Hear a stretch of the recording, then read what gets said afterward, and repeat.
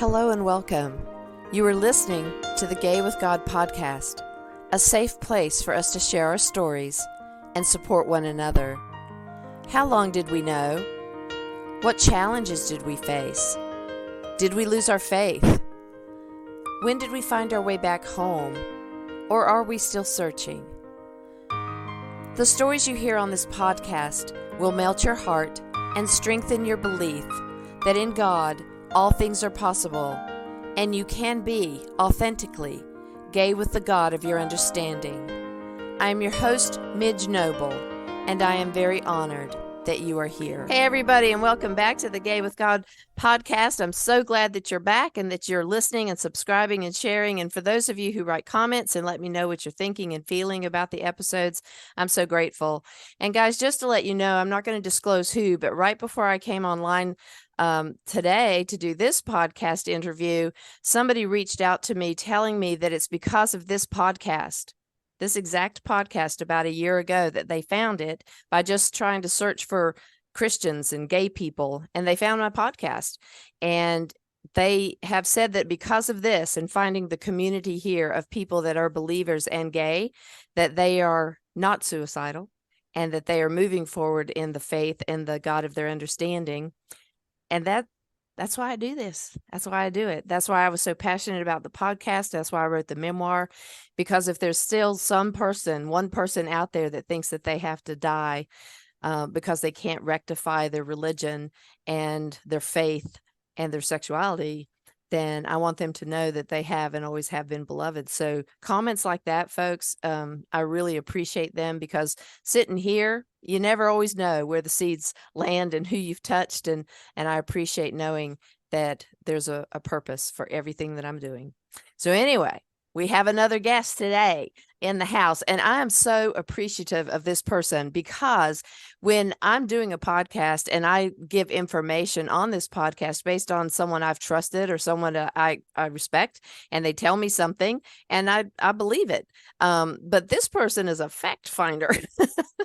And she wrote to me a most eloquent email talking about finding my podcast and listening to some segment about the 1946 documentary. And she had wisdom in this area, wisdom not because she heard it from somebody, but she's lived through part of this, and she's amazing. And I can't wait for you to hear Tina Wood talking about what she knows and also about herself. So Tina Wood grew up in Knoxville, Tennessee, and went to college at Boston University. In her adopted home state of Rhode Island, she was involved in a successful effort to pass several pieces of pro-LGBTQ state legislation over the years, and also runs the email list for LGBTQ news from Rhode Island. She has volunteered as a search angel. I love that word, search angel, who helps adoptees, birth families, and others who are searching for family and friends over the past several years. In 2018, at the request of Kathy Baldock and Ed Oxford, she was able to find Reverend David Shelton Fearon, who had written a series of letters challenging the translation team of the Revised Standard Version of their usage of the word homosexual. Reverend Fearon's letters are discussed in the upcoming documentary, 1946, The Movie, and Kathy Baldock's upcoming book, Forging a Sacred Weapon, How the Bible Became Anti-Gay. Tina, it's people like you that charge me up, because if you see something that's not right, you have the courage to write somebody and say, you got that wrong. and you did it so eloquently and so sweetly.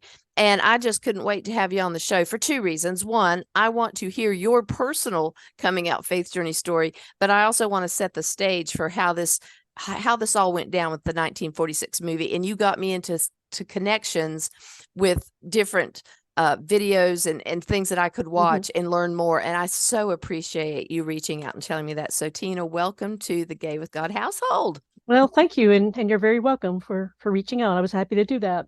Yeah, and I appreciate it. So let's start with you the person, Tina, not the search angel, not the fact finder. Although when I saw that video with Kathy and Reverend Fearon, everything you went through was so amazing. So we'll get into that later. But Hmm. tell us your story. Okay, well, I grew up in Knoxville, like I said in the bio, and I was raised Episcopalian, and I'm grateful every single day that I was. And Mm-hmm. because the people around me, the classmates, friends, whatever, were mostly from very conservative religions, being in Knoxville, Tennessee. And Mm-hmm. I didn't have religious shame of my own, but there was so much cultural stuff. Mm-hmm. Very conservative people, and they would say, "Oh, you're going to help." Not that I was out or anything at the time, but they would say that about gay people, and Mm-hmm. you can't help but absorb that. And you know, I kind of I was never very religious growing up. We went to church some, but not that much. But we were never taught that the clobber passages or any of that in the church. As it turns out, very interesting side note. I had no idea at the time, but didn't learn until many years later. But our priest at the church, his daughter is a lesbian, and in fact became a minister in the Metropolitan Community Church denomination. Oh, okay. Yeah, so I had no idea, and but that kind of explains part of why we never heard anything bad about gay people in our church, Mm-hmm. at least. Mm-hmm. But of course, people around, yes, and I suspected pretty early on that something was different. Maybe I didn't want to deal with it. Kind of put it in the back of my mind, like, no, no, let's not think about that. Let's not think about that.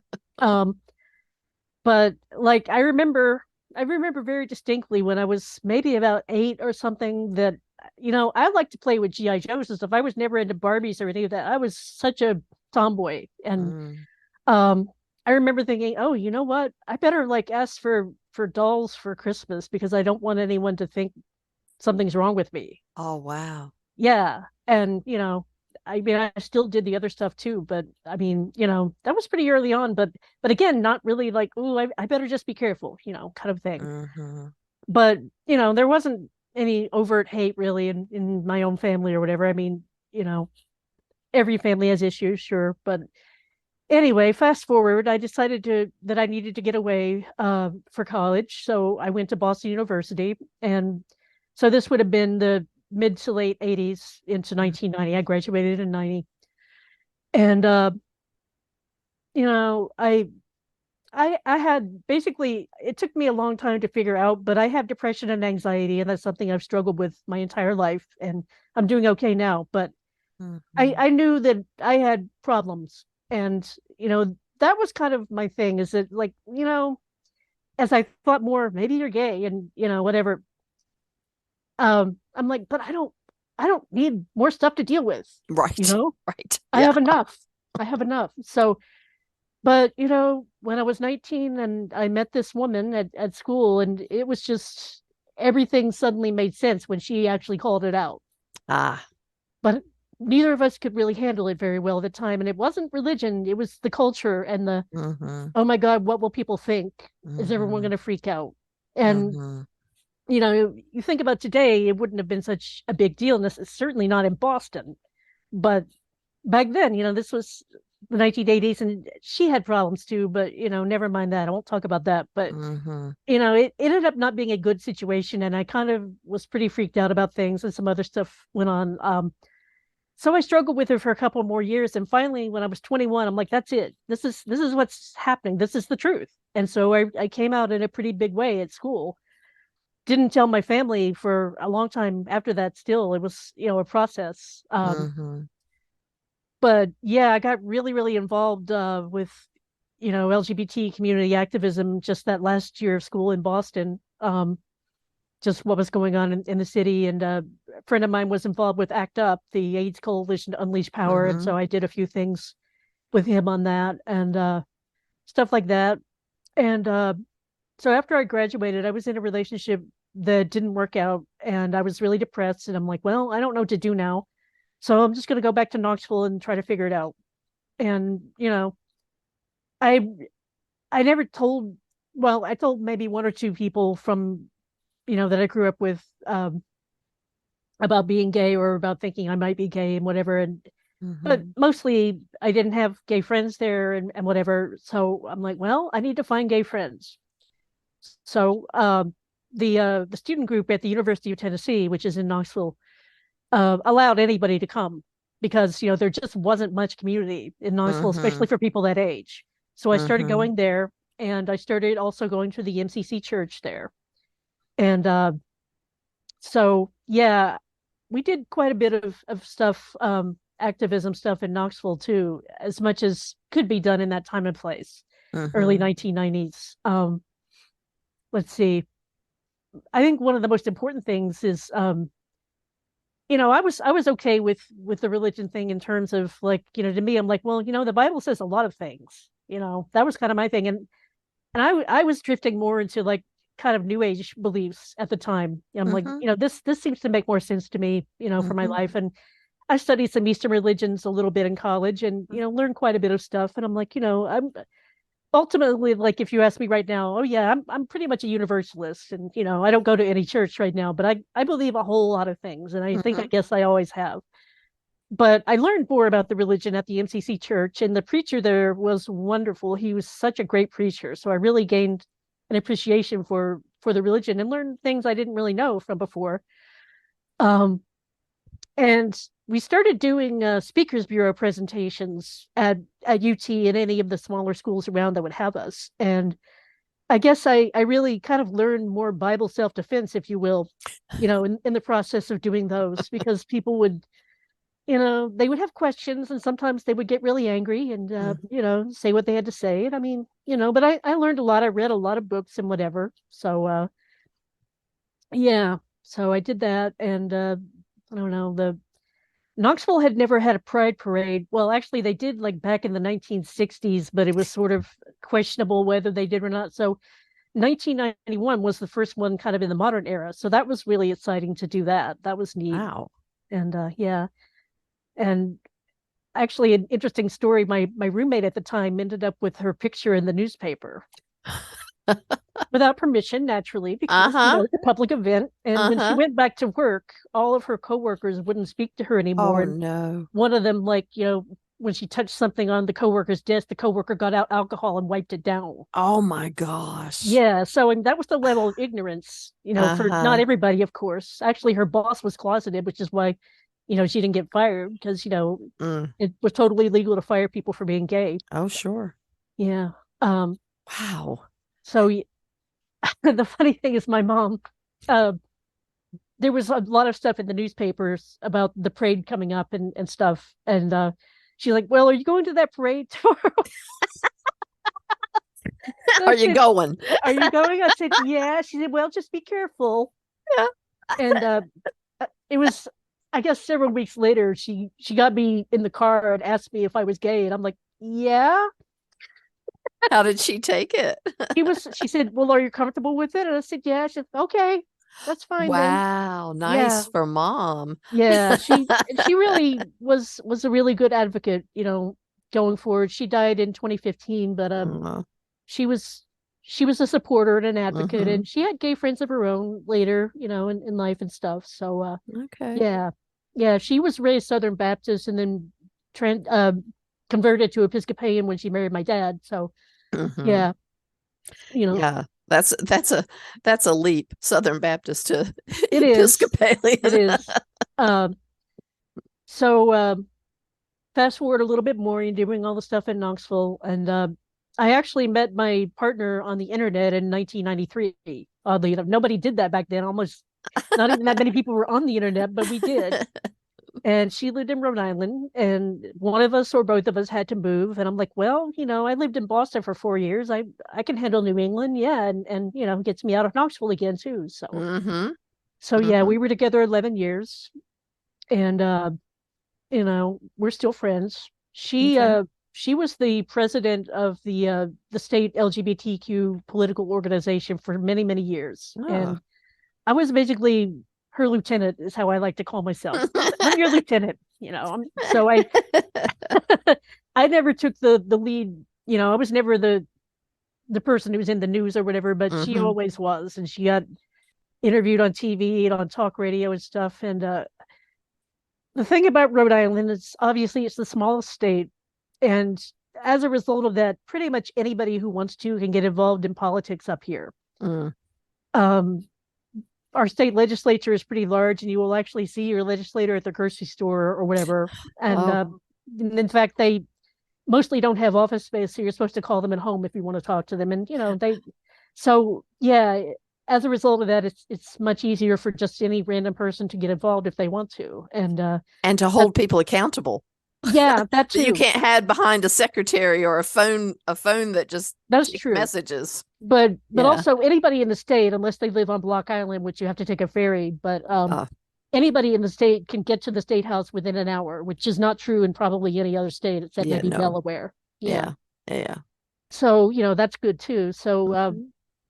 I moved there in 94, and in 95 was the year that they passed the sexual orientation civil rights bill. That's lesbian, gay, bisexual, but trans wasn't included at the time, Mhm. which was politics. Basically the legislative leadership said you have to take this out because if you don't, it's not going to pass. So the people who were in charge, they made that decision, and I wasn't part of that, and Kate wasn't Mm. either. So anyway, that passed in 95, and very, very exciting. And the people who had been working for that for so many years, which I'm trying to remember, I think they had been working on that bill for 9 years. It may have even been 11. I couldn't Mm. remember, Mhm. but a long time. They were exhausted, and they're like, okay, time for the next generation to take over. And they all kind of moved on. And some of them moved away, and stuff Mm. happened. And so Kate and I were kind of like, oh, now we're in charge. Oh, Well, Lieutenant, strap it yeah, on. Here we yeah, go. pretty much, pretty much. So Wow. like a lot of our focus, that was around the time that marriage equality was starting to be a thing because of the lawsuit in Hawaii. That the theory was if this lawsuit in Hawaii succeeds, which it looked like it would, then suddenly marriage is going to be legal all over. Gay marriage will be legal all over the country, and oh no! So all these states started passing bills to ban it, and Mm.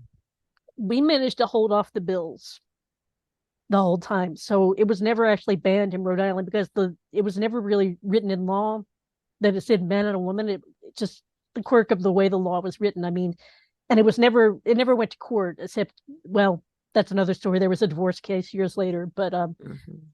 anyway, so we were like, we can't let this pass because we need to basically lay the groundwork for eventually having this right. So we had to fight about that, and it ended up being very fortuitous. We elected There had already been one openly gay state senator, but there was a state rep who got elected, Michael Pizzaturo, and he decided he's going to push forward on legalizing gay marriage. And this was in 1996, and no, 1997 was when he took office. And so he put that bill in every year. So the conversation became more, well, we have an anti bill and we have a pro bill, so let's have a hearing on both. And the simplest course for the legislatures is do nothing. So we used that time to educate for many, many years. We had great hearings about it. People gave such great testimony and stuff. So they never passed the DOMA, the Defense of Marriage Act, and unfortunately it took them until 2013 to finally legalize marriage Mm. equality here in Rhode Island, just because reasons. It took a long time, and some of that was just who was in office at certain times. There was a Mhm. governor who was not supportive for 8 years, Mm. and the Speaker of the House for a long time. But eventually, they all worked it out. But so in 1998, we actually repealed the sodomy law legislatively, which was a Wow. huge thing. Yeah, Yeah. there was. I could tell so many stories about politics. It's what I did for so long. But what happened was, this is crazy. There was this case. Two guys were in the woods. One of them was giving the other oral sex. Mm-hmm. Won't use vulgar terms here. Mm-hmm. And the he stole the guy's wallet. Mm. And so the guy went to the police and said, "Hey, this guy stole my wallet." And he's like, "Well, what were you doing in the woods with him?" And he told them, and they Oh. arrested him. Oh. Yeah. So that made the news, and people were like, "Well, this law is stupid. We should get rid of this law." As if someone could just snap their fingers and make that happen. Well, Right. so we really had to work really hard, and and this was an election year too. Ooh. But yeah, but it worked. We Wow. did it. It was not easy, and it took a lot of work, and really hard work by legislators too. We have had some wonderful legislators up here. So yeah, we got that done. And then let's see, in 2001, we got transgender civil rights passed as standalone legislation in 2001. We were only the first state to do it as a standalone legislation, because I think one other state had done it before that, but it was included with LGBTB. It was LGBT, and they got it all passed at once. But we were the first one to do it as a standalone bill. And once we did it, and the thing about Rhode Island, again, it's the smallest state, but it's still a state. So once one state does it, other states are like, okay, we won't be the first one, so we can do it now. They, Uh-huh. you know, if they had been worried, we don't want to be the first one, then Right. suddenly they can do it. So, you know, so that Wow. was huge. So your population has just increased because there's going to be a lot, a lot of people moving to Rhode Island because you guys have it Well, going on. I guess so. I guess so. But a lot of places have that now. Not every place, obviously, but Right. yeah. So since we're talking about politics at this moment, let me just Mhm. ask this question and tap into your wisdom. Sure. With the current Speaker of the House, Ugh. and as a fervent Episcopalian and being called to love all people with that agape kind of love, do you really believe, or do you believe that he can promote this hate and go with it in this climate today? Is that a real fear of yours, that marriage equality can be taken back away? Can he come at us and actually back it up? I don't think he himself can, but you have to watch out for that nasty Supreme Court. Mm-hmm. That's Mm-hmm. the thing I'm more concerned about, because like politics right now nationally, it's like basically the House can try to pass nasty things, the Senate won't go forward with it. Mm-hmm. You know, so that's holding the Mm-hmm. line right now. But I Mm-hmm. mean, you know, democracy itself is really at risk. If you, It is. there's a lot of writers that I follow. Heather Cox Mm-hmm. Richardson is amazing. If you don't follow her yet, she's wonderful. She's a historian, and she writes an almost daily newsletter that puts the current political situation in the U.S. in historical context. But Mm. it helped me so much during the Trump years to read her newsletters, because it was just, some people like, you know, it freaked them out because I'm like, oh my God, things are so bad. But to me, it helped because I'm like, she's explaining this in a way that is Mm. calming me. But she's Oh. wonderful. But she's really, she says a lot of historians are screaming, you know, pulling their hair out about this moment because of just so much is at risk, especially, you know, with the Supreme Court taking the turn it does, and you can chip away at democracy. And but that's really a whole other conversation. We probably shouldn't get sidetracked. But Yeah. I just only because we were in the politics at that moment, I Sure. needed that question answered, and I agree with you.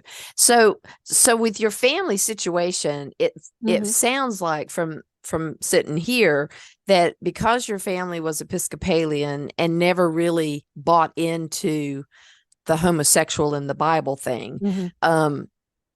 when you came out, your mom was an advocate. Was your dad okay with it? My dad was a stroke patient for almost my Mm. entire adult life. In fact, he had his Oh. first stroke in, it was either late 1989 or early 1990. I'm not sure, but he became more and more disabled over the years. Mm. And so honestly, I never had the conversation with him because, Uh-huh. you know, he would forget things for one thing, and I just didn't want to bring it up. It was just, you know, Mhm. so I It wouldn't mean, have been you a know, conversation. It would have just been, yeah. I've landed this on you, and who knows where it's going Yeah. to I go. mean, Yeah. he may have known, he may not have known. I mean, Yeah. I mentioned in my email to you that I have two siblings who are also Mhm. gay, and Mhm. you know, my brother didn't come out until after both of our parents died, but my sister, she was quietly living her gay life, and just being from the South, you'll understand that don't Yep. ask, don't tell is clearly a thing in the South. Yes. Yeah. Yes. So like, you know, like all the cousins or whatever kind of, you know, over the years kind of figured it out, but no one talked about it. And Mhm.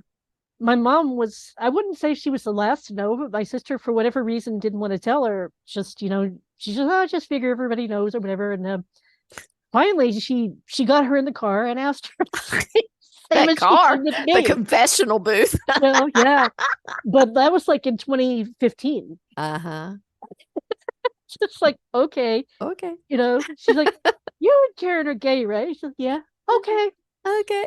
And but the really cool thing, that was the year that marriage equality, the good Hmm. Supreme Court decision came down, and so she and her partner had been together for 20 years at that point and wanted to get married, and so they decided they would go to Las Vegas. And my mom loved Las Vegas, and one of her really good friends who used to be one of her caregivers lived there. So they had the wedding in Vegas. They had a fantastic time. My mom said, I've never been to a gay wedding before. That was the best one. That's great. Yeah. So, and she died not too long after that. So she got to have this nice party before she died, which, Hmm. is nice. So, That's great. yeah. So, Yeah. and, I have wonderful cousins. Most of my aunts and uncles have passed. I still have two who are still alive, and they are wonderful. And, it's actually been kind of a funny comedy of errors, because I kept saying, "Oh, I'm in this documentary, and it's going to be streaming, but you have to go through this film festival website." And we tried like 3 or 4 different times, but just the wires kept getting crossed every single time. So Mhm. they still haven't seen it yet, but they want to see it. So Well, and yeah. I just hope that we all can see it. Oh yeah, I hope it's coming. It it's is. coming. It Okay. is. It absolutely is, one way or Okay. another. Yeah. Okay. They're trying Excellent. to, yeah, they're really trying to gin up the buzz, to get Hmm. people excited about it and get more media coverage and whatnot. And Hmm. yeah, I guess they've had a hard time finding a streaming deal. I don't know what the current status of that is, but Okay. for whatever reason, the major streaming services were apparently not as interested in documentaries, which that doesn't make sense to me, Right, but because apparently, almost all of them have a list of documentaries. right, right. Yeah. Hmm. Well, I'm eagerly awaiting the buzz. The buzz is in the Gay with God podcast house. I mean, Absolutely. everybody. Yeah. So here's how I got misled.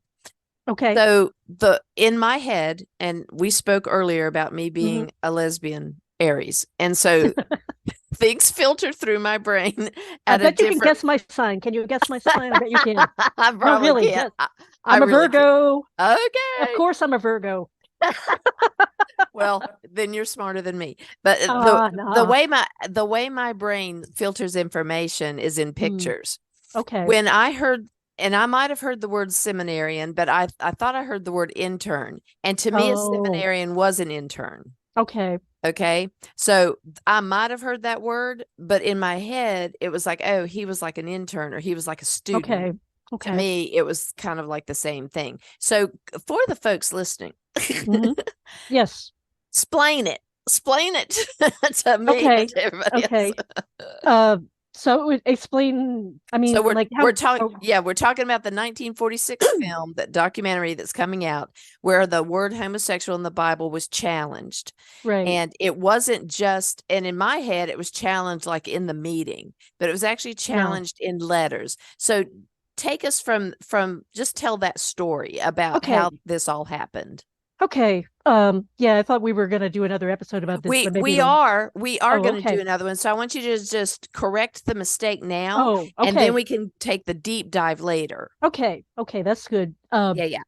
All right. So 1946 was when the full translation of the RSV Revised Standard Version was released, Mhm. and they had been working on it for many years before that, and like parts had been released. I don't.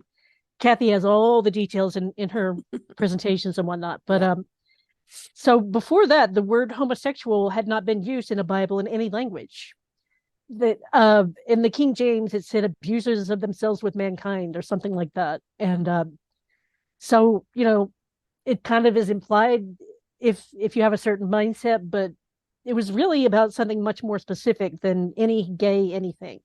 But they did the translation, and because of cultural beliefs at the time, they just thought that was a good translation, and they did that, and that came out in 1946. And fast forward to our seminarian, and his name was David Sheldon Fearon, and he was from Quebec and a small town called Lennoxville. And in 1959, he was in seminary at McGill in Montreal, and he opens up this Bible and sees homosexual, but but he knew that he was gay, and he knew that he was called by God to be a minister. There was no doubt in his mind and his soul.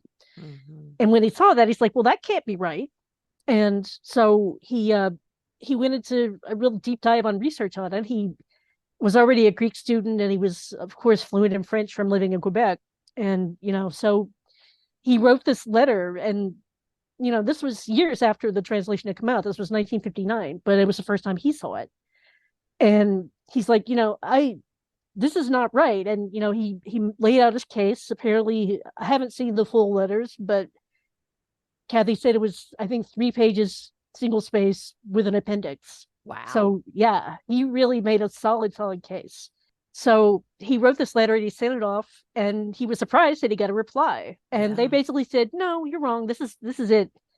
And he wrote back and said, no, I'm serious about this. And he explained more, and he made a very strong moral case in terms of, he's like, this is going, if this isn't corrected, this is going to do a lot of damage to gay Christians. That I'm thinking of people, I have certain people in mind who are solid gay Christians who would die for their faith, and you need to change this. And in the third letter back, they said, you know what, you have a really good point, and we're going to put your letters in a file. And next time we do, a revision of this, we're going to take this into consideration. But Kathy found this out. Unfortunately, they had just recently signed a contract that said there wouldn't be another revision for like at least 10 years. Oh. So, and in fact, it didn't come out until the early 1970s. And they changed it, I think, to sexual perverts at that time, which is, not as offensive as saying homosexual, Yeah. Yeah. Still implied, but not, but not the same. But as Kathy says, well, straight people can be perverts. That's right. Yeah. So. And frequently are, more so than true. anybody That's else. True. So, yeah. Yeah. Statistically. So the translation team's archives were housed at Yale University, and Ed Oxford, who is one of the researchers, he wanted to go and look at the archives to see, is there anything explaining why they did this? Because like in other languages, that's not what it says. He had been collecting Bibles in different languages and very old Bibles and stuff, and doing all this research because of his own, worries about, because I guess he was raised in a conservative Christian background, and really had a lot of questions about this, a lot of doubts, and really needed to find out. And Kathy went with him, and they discovered the letters. So yeah, I guess we'll go into more of a deep dive about that later. Yeah, that'd be great. Yeah. So I just wanted to clear up when you let me know that it wasn't an intern but a seminarian. Mm-hmm. I definitely wanted to make that right on the podcast, and for anybody else who needs to know about it. Yeah. So I appreciate that. And sure. I just love knowing you from just just watching you in that interview and reading about you. I mean, you're just the coolest person, and I'm just so glad that we've connected. I mean, seriously. So with where you're at now, tell me a little bit about, are you still involved in talk about Search Angels, because that's sure, that was so cool how you did that. Yeah, I your job now. Yeah, go ahead. Yeah. Well, it's kind of funny, the term Search Angels, I always thought that it was kind of like angel investor, and other people are like, oh, you guys are such angels to do this, Yeah, that's right. But it turned out that the origin of the term was more about Charlie's Angels, because there was a group on it. I wasn't not here, but I heard this from the person who coined the term, basically. Okay. There was a group, a chat room on AOL. So remember AOL? Wow. Yeah. And so there was a guy, there were these people on there who would volunteer to help adoptees who were searching, and there was a guy who kind of would assign them a case. They're like, you're like Bosley, we're like Charlie's Angels, and so they became Search Angels. That's so cool. But yeah, it's basically people who help adoptees and or birth families, and anyone who's looking for somebody. Like sometimes it's an army buddy or whatever. Uh-huh. And how I got involved with this, now every state, it's kind of, in some ways it sort of parallels the LGBT political situation, because every state has different laws around it. So in 2012, Rhode Island's law changed to allow adoptees for the first time ever to get their original pre-adoption birth certificates. Okay. And, I knew the law had changed just because I was reading the newspaper, but I didn't think anything of it. I'm like, well, that's good, I guess. I mean, I could kind of see both sides of it if people wanted privacy, whatever. But a friend of mine that I knew was adopted, she is someone I knew from the queer community. And I knew she was adopted from, stuff she had posted on Facebook or whatever. But she sent me an email because she heard that I did genealogy research. And she's like, I finally have this name and I've been on ancestry.com. I've been researching the family, but I can't find out, I can't research them going forward. And, I'm sure that my birth mother has passed, but, if you could find if I have any brothers and sisters or whatever. And, one of the last things she said in the email was, at age 68, I'm running out of time. And I'm like, whoa, okay. I'm going to do this. I'm going to see what I can do. And I had to really figure out how to do this. In fact, the last name of her birth mother is a French name in Rhode. We have a lot of French Canadians in Rhode Island, and I could count.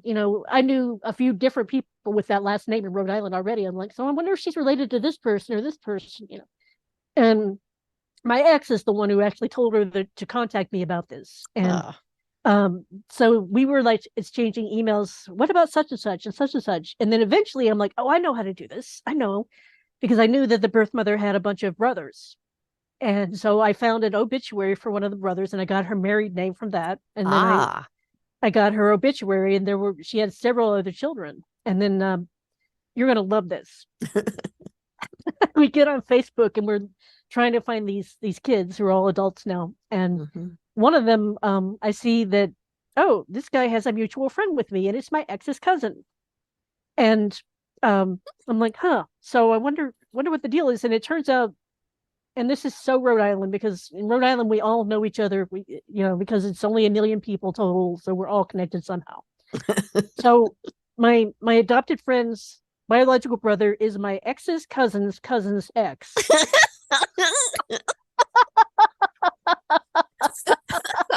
All righty then. Yeah, that is so Rhode Island. But so yeah, I started doing that, and there was a message board, other adoptees in Rhode Island who had gotten their original birth certificate, and at the time, my mom was she had some surgery, and she was in a rehab facility, recovering from it, and we decided we wanted to have somebody there with her all the time, and I'm normally a night owl, so I was up all night anyway, so I said I'll take the overnight shift, but I had to be quiet. But I had my laptop, and I'm like, well, I'll work on helping these people, and so I started doing that and learned more about how to search in a different project that I won't get into because we're probably getting short on time. I don't know. But and a few years later, I discovered a group on Facebook called Search Squad. And that's what they do in Search Squad. And the group has grown and grown and grown over the years. It started in 2013 and I founded it in 2014. And there are now in Search Squad over 100,000 members of the group. They're not all searching. They're not all searching.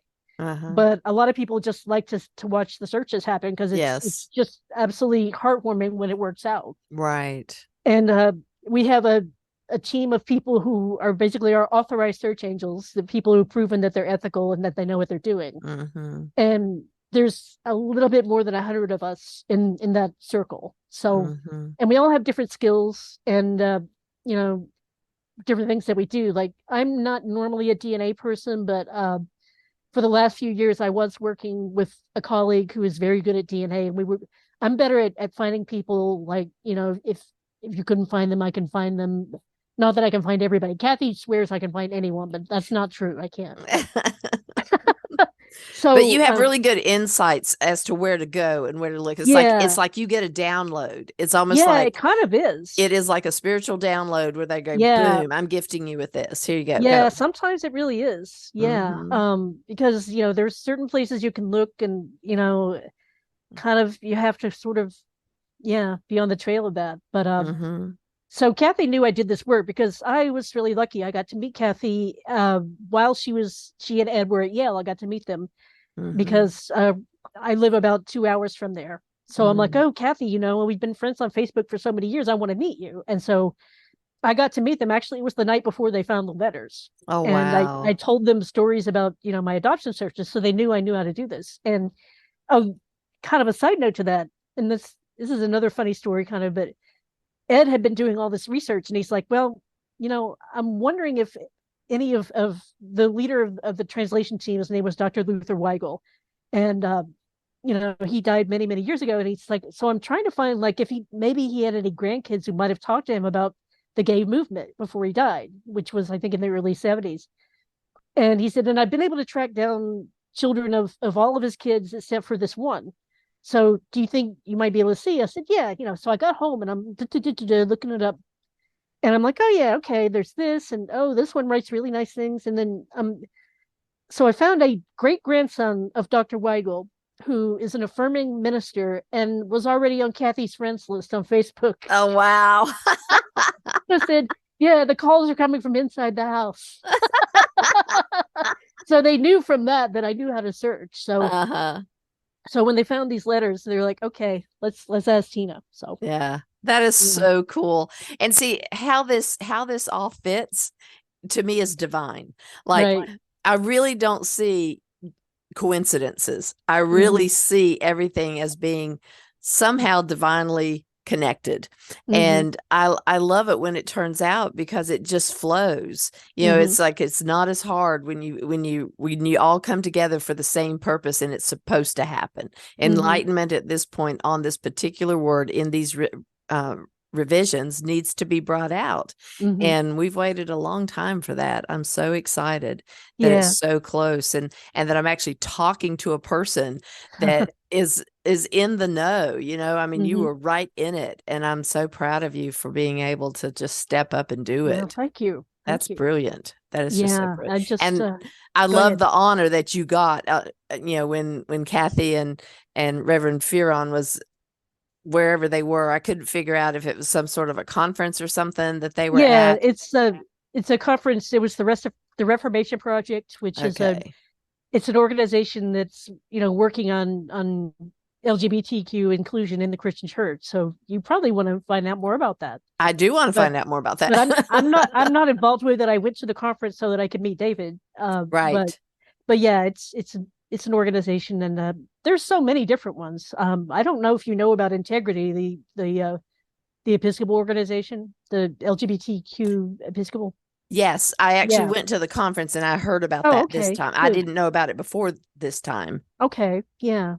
So there's, I think, almost every denomination, maybe not the really, really conservative ones, almost every denomination has an affinity group, usually not recognized by the denomination, but it depends. Yeah. But yeah. Yeah, I'm glad the Episcopalians took their journey of, being upset about it and separating and then coming out the other side. And I really appreciate Bishop Curry and all of his advocacy of love and making it so. I mean, I just love how the Episcopal Church evolved before I got to it, because I'm definitely I was raised Advent Christian, and that's similar to Baptist, and to be introduced to Episcopalian life was a shock. Yeah. I remember as a kid, I mean, like, there was the people I went to school with, there was a few people who were not either Southern Baptist or Church of God or whatever, but not that many. And I remember someone like, "Are you saved?" And I didn't even know what that meant. I'm like, "I'm confirmed." I don't know. What are you talking about? They're like, "What are your beliefs?"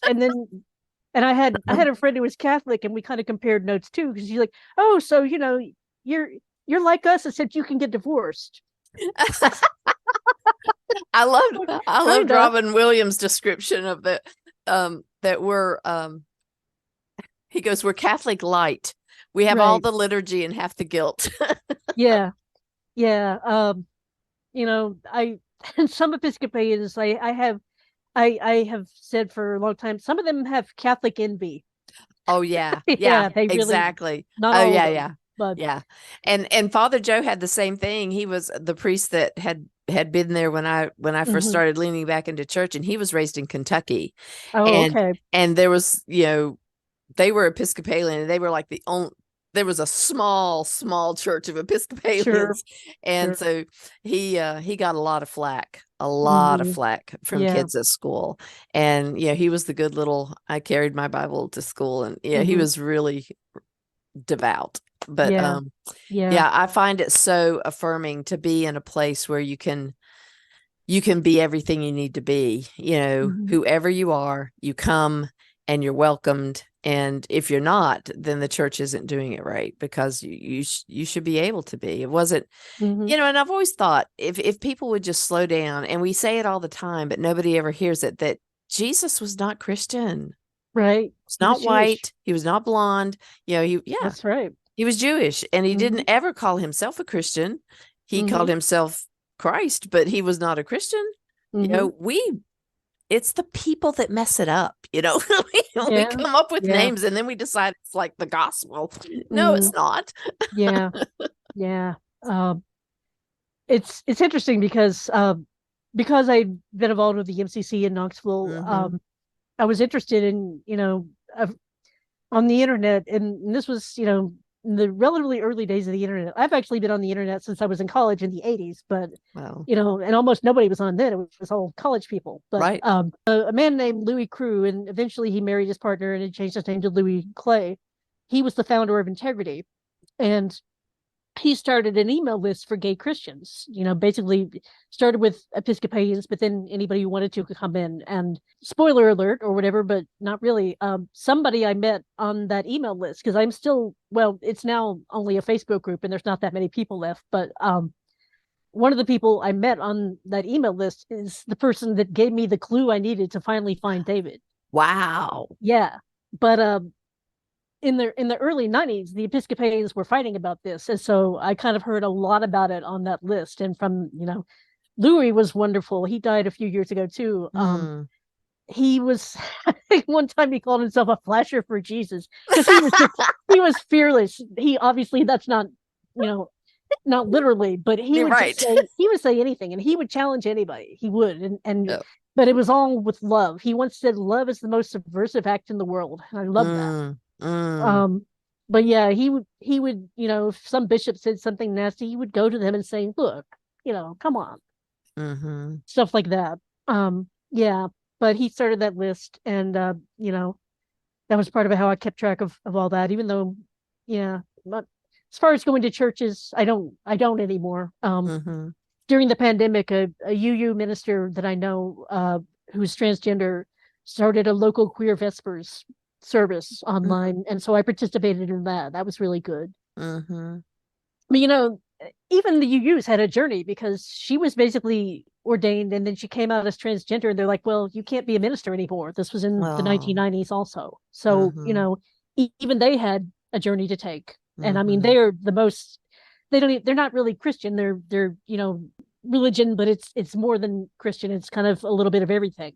Mm-hmm. But, of denominations, they're probably the most liberal, because Mm. they're way, way out there. But even they had to go through a process. Yeah. Yeah. Yeah. Well, I think that, religion really puts everybody in a box. And Yeah. that's why religion, I'm not so much a fan of, Hmm. but I believe in the spirituality of the essence of the religion. That Hmm. I love the liturgy. I love the way that things are in the Episcopal Church can just be, you can count on it, that Hmm. this is how we read, this is what we do. And yet there's all of this flair in there. You can come to church in jeans. You can, you Hmm. can be gay. You can be a bishop and be gay. It's Yeah. like you've got, Which I that took just love the time too. balance. I love the balance of that, of Hmm. being able to be who you are, to mess up, to not take yourself so seriously, but to love big, Hmm. and to reach out and be inclusive and believe in social justice. And you don't get that in the broad church in such a positive way. It's always just very, you Hmm. have to believe this, or you're going to go to hell. And you don't get that, in the Episcopal Church. Because they're not Yeah. really sure there is a hell. So Right. Well, the 1946 documentary, when you get to see it, I think you'll really, mm-hmm. really appreciate it, because so much of it is about Rocky, the filmmaker, and her relationship with her father, who is a non-affirming minister. And Mm. he will not accept her, but she Mm-hmm. keeps trying, and she keeps trying to have a Mm-hmm. loving relationship with him. And Mm-hmm. yeah, and then, it weaves in her story with Kathy's story and Ed's story and David's story. And then they interview several basically theologians about the clobber passages, not just the one in question of, nice. Yeah, it's really, This really makes good. me so happy. Oh, you're gonna love it. You really are. It's so good. Yeah, So I'm good. sure. I'm sure. Yeah, and I wish you had been able to see it. It streamed at, through different film festivals, and some of them were like, yes, this is only available in these states for these days. And then for a while there were some that were available anywhere, but I mean, you had to be listening to know when that was happening, kind of. Yeah. And who has time to follow everything, right? Yeah, I certainly am sure that I don't. Yeah, nobody does. Nobody does. So, but then there are, but then see, this is not a coincidence. Then, we got into each other's lives, through you hearing my podcast and well, found your book first. Yeah, found my book when you first. had it on That's right. Kindle when it was free for a few days. Right. Yeah, and I'm like, oh, I'll read this. And I'm like, oh, she has a podcast, and I didn't used to listen to podcasts much, but I recently had more time to listen. Long story, not getting into, but yeah. So yeah, I've been listening to yours and several others. So yeah. Nice. Yeah. Well, Tina, welcome to the family, girl. Oh, thank you. I'm so glad you're here. I'm so glad you're here. And as we've already alluded to, Tina is going to come back. I didn't want to cut her short because I wanted to honor her story, and that was first and foremost. And when I found out how integral she was in the 1946 movie and how this all got done, and I didn't want to give her 2 minutes to tell how she found David. That's the whole thing. She was shortchanged. She needed more time. Not shortchanged. No. In my mind, I can have my belief. I wanted to hear more from you. But yeah, it was right. It was running out and they had a time schedule to keep, but I really wanted to hear more from Tina. Sure. And even in the 2 minutes that I heard of her journey of finding and researching as she does as a search angel to find David, I was just impressed all out the wazoo. And see, this is the behind the scenes stuff that I loved. I loved those shows, Finding Your Roots and, the ancestry.com, finding mystery. And that those people who are the people on the television were not the ones doing all the searching. I mean, it showed them kind of like, scribbling down stuff and making phone calls, but there are people like you that are behind the scenes following up on all this and getting them the information. And so I just am so thrilled that I know now one of you. That's awesome. Well, thank you. Tina will be back, my friends. And Tina, thank you so much for coming. You are very welcome. I'm so glad to know you. Oh, so thank you so much.